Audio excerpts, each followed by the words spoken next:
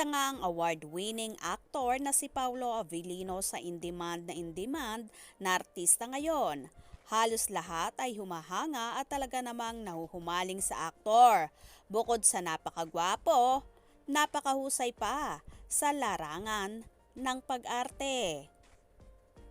Humarap ang aktor at nagkaroon ng interview regarding sa pagkakasama niya sa Pinoy adaptation ng Korean series na Flower of Evil, kung saan pinagbibidahan ito ni Piolo Pascual at Lobby Po. Siya nga ang pinakabagong additional character sa serye na gaganap bilang tunay na Jacob Del Rosario. Naglabas ng teaser ang Dreamscape na talaga namang nakakakilabot ang magiging kaganapan.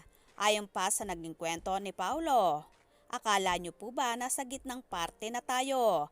Nag-uumpisa pa lang tayo, kaya naman hinihikayat niya ang mga televiewers na panoorin ang napakagandang serye na yon na maraming kapupulutan ng aral. Kakaibang Paulo Avellino nga ang makikita sa pinakabagong proyekto na yon ng Dreamscape.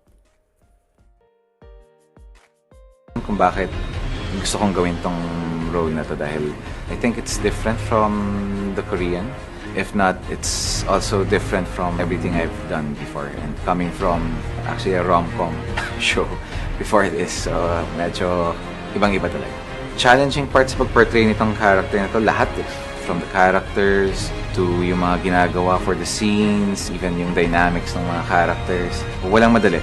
And I'm sure it's not just for me but also for the whole cast. Lovey, I've worked with her for films before. I think I did 2 or 3, but never on a TV show. Papa P, never worked with him on any show, whether it be TV or film. Exciting. Parang ngayon mo na nakikita kung bakit rin sila ganito katagal sa industriya dahil napakahusay nilang pareho. For this show, I think it's a bit open at saka lang ma-realize ng mga tao kung ano talaga nangyari. So medyo exciting siya na atakihin ganun. Nag-uumpisa pa lang ang mga kaganapan at ang exciting na part. So sana patuloy niyong abangan ng Flower of Evil at tweet niyo kami.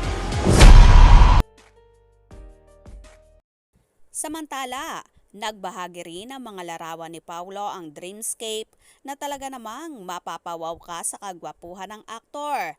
Kaya naman sa bagong aura na yon ni Paulo, for sure, kinikilig ang kanyang rumored girlfriend na si Janine Gutierrez.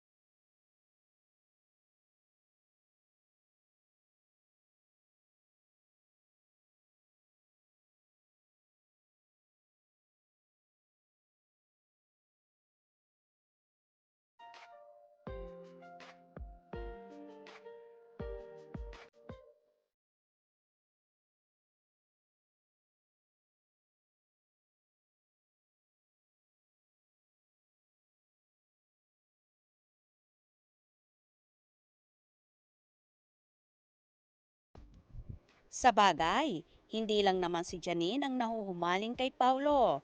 Marami rin sa kapwa nila artista ang humahanga at bumibilib sa aktor.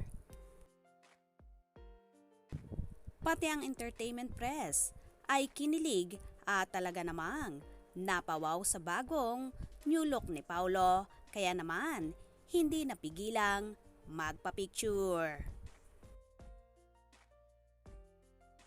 Kaya naman ating suportahan ang pinakabagong proyekto ni Paulo, ang Flower of Evil. Tumutok at huwag pahuhuli sa mga maiinit na kaganapan, especially sa Paunin Updates.